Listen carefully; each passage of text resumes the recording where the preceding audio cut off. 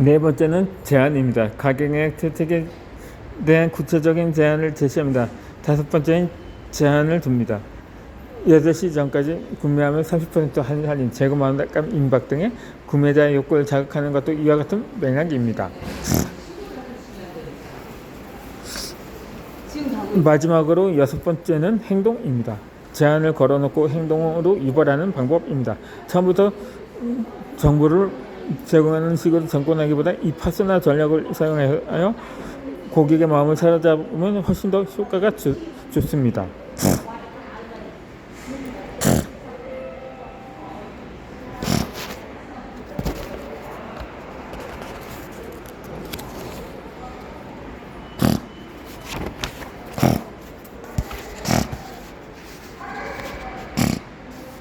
이 고객을 모으는 가장 좋은 방법이 있습니다.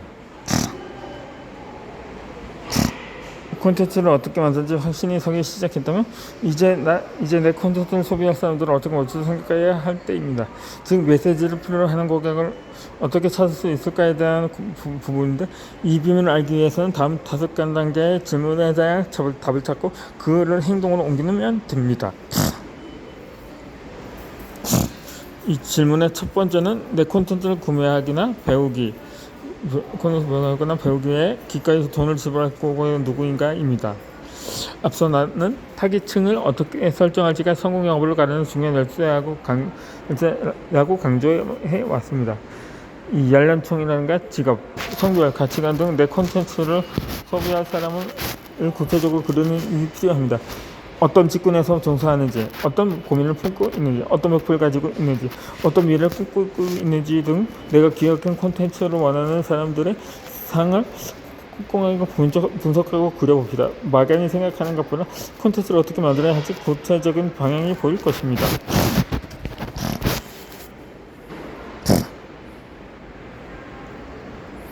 두 번째는 어떤 채널을 운영하고 어떤 콘텐츠를 제작할 것인가입니다.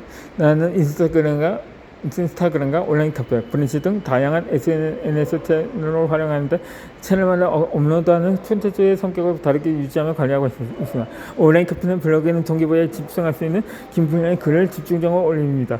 본인의 진로를 찾지 못하고 방황하거나 본인의 일에 더 나은 수익을 올리기 위해 고민 중인 20, 30대 직장인들이 찾아오도록 유도합니다. 반면 인스타그램이나 브런치에는 감성적인 문장을 올립니다. 일상적인 생활 속에서도 문득 찾아오는 감정이나 깨달음을 담은 짧은 글을 올리는데 신뢰이나 위로의 말이 필요한 사람들이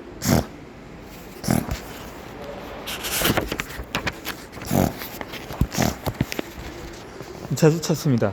SNS 채널들의 공용성이 다르게 이처럼 글 쓰는 형식과 소재들을 관리하며 운영합니다. 이 다중세대를 관리하면 그에 따라 에너지도 많이 소비되지만 도움을 줄 수 있는 공익성이 확장된다는 장점도 있기 때문입니다.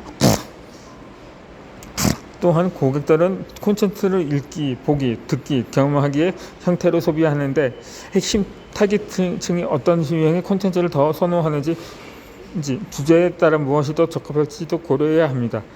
이 책을 소개해주는 콘텐츠를 만든다고 가정했을 때 영상으로 풀어낼 것인지 책을 쓸 것인지 아니면 팟캐스트로 제작할 것인지 등을 고민을 해야 합니다. 이때는 시장 분석을 통해서 비슷한 소재의 콘텐츠가 어떤 유형을 보이는지 평균 노출조는 어느 정도인지 고객이 리뷰 등을 확인합니다. 세 번째는 나는 내 콘텐츠는 어떤 그릇에 담고 싶은가입니다. 앞서 타깃층이 선호하는 채널에 콘텐츠를 생각해 보라고 했는데 콘텐츠 제작자인 내가 어떤 방식을 선호했는지 고려하는 것도 굉장히 중요합니다. 얼굴을 드러내는 유튜브 채널이 인기를 얻고 있다고 해서 프라이버시에 극도로 민감한데도 불구하고 얼굴을 드러내지 그 영상의 임명성을 빙자한 악플이 달려서 마음의 상처를 입는다면 안 하는 일이만 못한 상황이 될 수도 있습니다. 나는 사람들은 소수로 만나서 깊은 세계적으로 주는 게 좋습니다. 나는 다수의 사람들 앞에서 내가 준비하는 강의안을 일방향적으로 얘기하는 게 좋습니다. 나는 스마트 스토어를 운영하며 고객들을 굳이 만들지 않고 물건을 판매하는 게 좋다는 식으로 본인의 선호 방식을 알아야 합니다. 타겟층이 좋아하는 형태의 콘텐츠를 제작할 수 있는 능력이 그에 따른 반응이 좋게 나온다 하더라도 만약 콘텐츠를 만드는 일이 힘들고 부추길 수 있는 자신의 강점 매력을 부추길 수 없게 됩니다. 콘텐츠로 승부를 보고 있다면 자신의 특정도 잘 활용해야 합니다. 네 번째는 내 콘텐츠 필요한 고객을 어디에서 정보를 얻는가입니다. 많은 사람들을 관계하고 보시면 정말 좋은 질문 중 하나입니다. 마케팅과 사이트를 어떻게 소비적으로 할 수 있을지 기준과 고민이 연결되어 있는 질문이기 때문입니다. 예를 들어 어느 분은 아기 용품 사업을 한다고 가정해봅시다. 그럴 때 단순히 타깃층과 연령과 그들의 유형, 특성을 연구할 뿐 아니라 주로 어떤 카페와 커뮤니티에서 활동하고 정보를 구하는지 파악해야 합니다. 아이의 부모라면 맘카페에서 필요한 정보를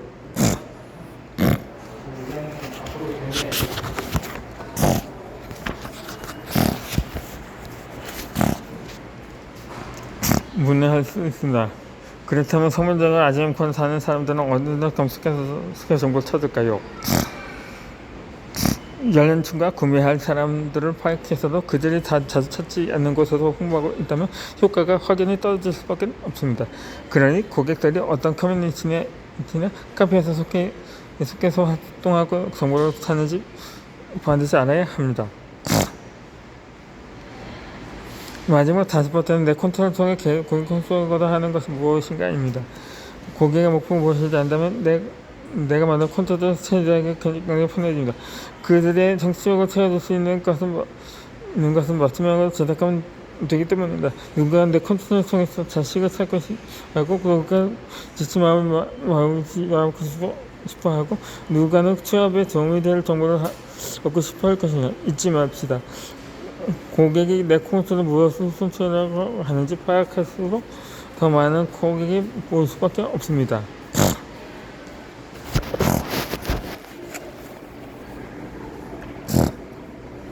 이 독창적인 아이디어를 내는 1%만의 비밀입니다.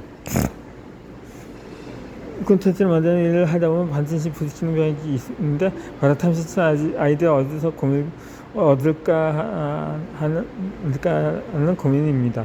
아무리 좋아하는 주제를 조사하고 연구하더라도 내 콘텐츠를 소비하는 사람들을 끌어모으기 위해서 언제나 새로운 방향의 소비와 접근이 필요합니다. 이때 가장 효과적인 방법이 당연히 보이는 것에 의문을 묻고 질문을 던지는 것입니다.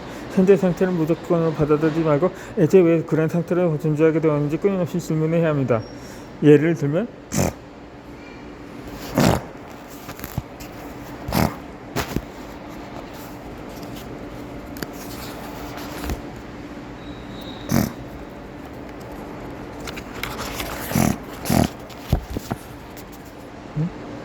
마트의 식료품 배열은 왜 이런 식으로 되어 있을까? 불편해 보이는데 왜 이런 방식으로 유지하는 걸까? 인스타그램 콘텐츠는 왜 항상 이런 형식이어야 하는 걸까? 새롭게 기술은 여든 없는 걸까? 하고 말입니다. 지금 우리가 구매하지 않고 당연하게 받아들이는 것은 변하지 않는 진리가 아닙니다. 당시 상황에 맞춰 만들어진 것이고 사람들의 호응을 얻다 보니 당연해진 것입니다. 당연해진 것들에 질문 던질 때 아이디어가 나오고 그 아이디어가 세상을 변화시킵니다.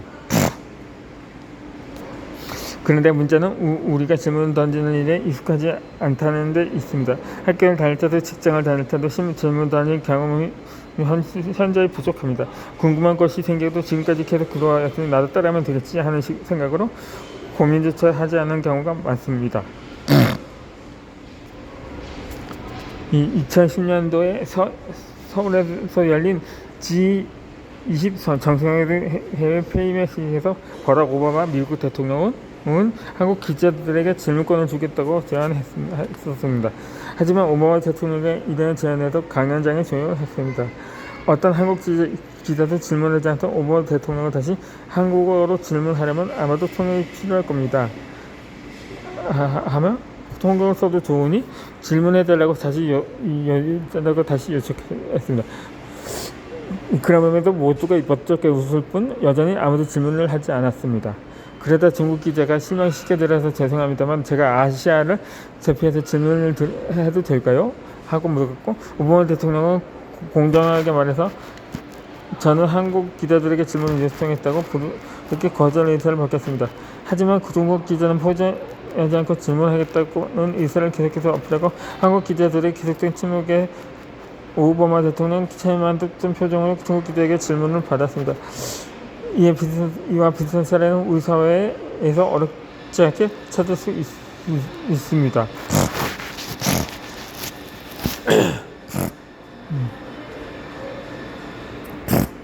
2015년 11월 조선일보 취재팀은 서울의 한 사립대학교 학생 205만 명을 대상으로 수업 시간에 질문한 적이 있는지를 물었습니다. 응대전 학생은 그렇다고 대답한 학생은 31.7%에 그쳤습니다. 나머지 7%에 가까운 학생들은 강연 중 질문한 적이 없다고 했습니다. 취재팀은 질문하지 않은 이유에 대해서 물었는데 학생들은 궁금한 게 있었지만 여러 이유로 질문을 하지 않았다고 했습니다. 즉 용기가 나지 않거나 주변 시선 때문에 망설이고 주저한 것이었습니다. 내가 던진 질문이 수업 시간에 이미 다뤘던 내용이지 않았을까? 내가 제대로 잘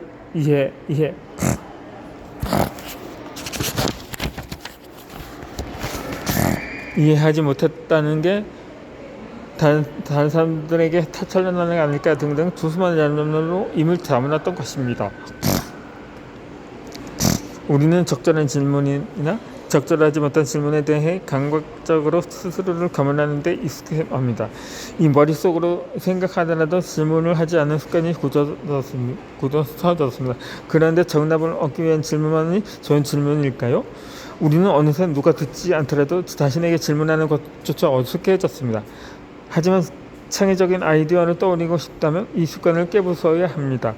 질문을 하게 되면 내가 무엇이 부족한지가 한눈에 보이고 답을 찾기 위해 창의적인 아이디어를 발산하기 때문입니다. 그렇다면 어떤 질문을 하는 게 좋을까요? 이 세계적인 미래학자의 다니엘 핑크에 져서 파는 것이 인간이다에서는 미하이 칙센루트 미하이 교수의